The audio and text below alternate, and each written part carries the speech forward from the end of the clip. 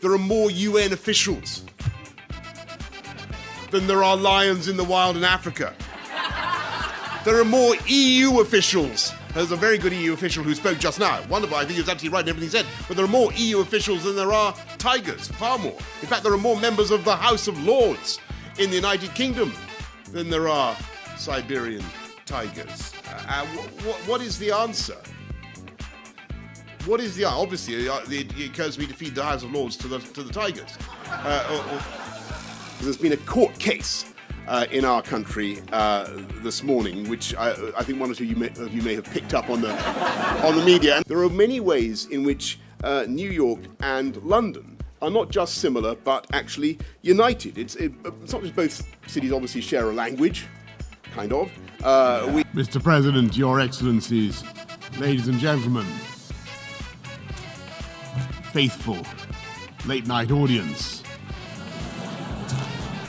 I think I'm right in saying that a third of the world's emperor penguins are British. Smart cities will pullulate with sensors, all joined together by the Internet of Things.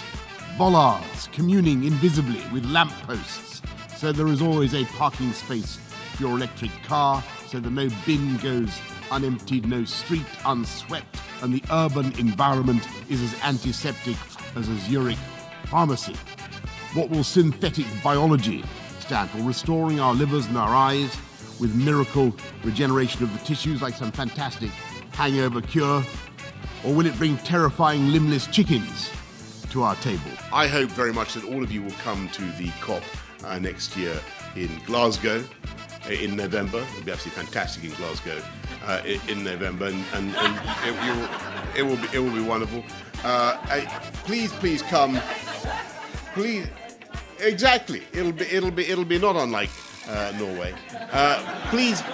When Prometheus brought fire to mankind in a tube of fennel, as you may remember, with his brother Epimetheus, Zeus punished him by chaining him to a Tartarian crag while his liver was pecked out.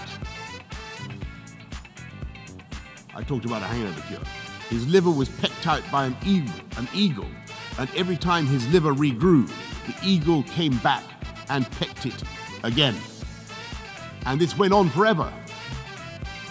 A bit like the experience of Brexit. But it is also absurd and indefensible that the population of America, to the best of my knowledge, has gone for decades without eating a morsel of British lamb or beef, let alone haggis. And I invite you next year to a summit in London, wonderful city,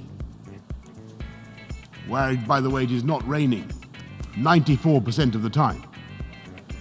And where at one stage when I was mayor of London, or shortly before, we discovered that we had more Michelin-starred restaurants even than Paris, though the French somehow rapidly recovered by a process that I wasn't quite sure was entirely fair. Only certain ports in the United States are licensed for the import of British cauliflowers. Can you believe that? And the US military are banned from buying British tape measures, as though there was some kind of general prejudice still against British rulers of all kinds. So I ask you, is this, my friends, is this really necessary?